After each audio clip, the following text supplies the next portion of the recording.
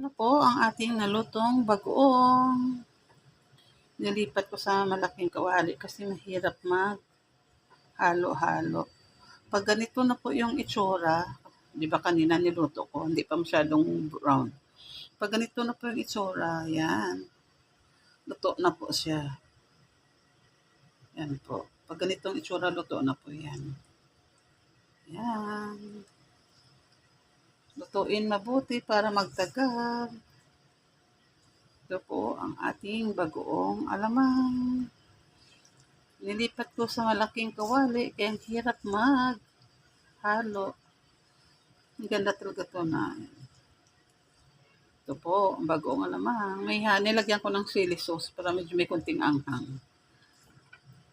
Ayan po. Tsaka nilagyan ko ng suka para magtagal siya. O, di ba? Luto na po yan. Ganito na po yung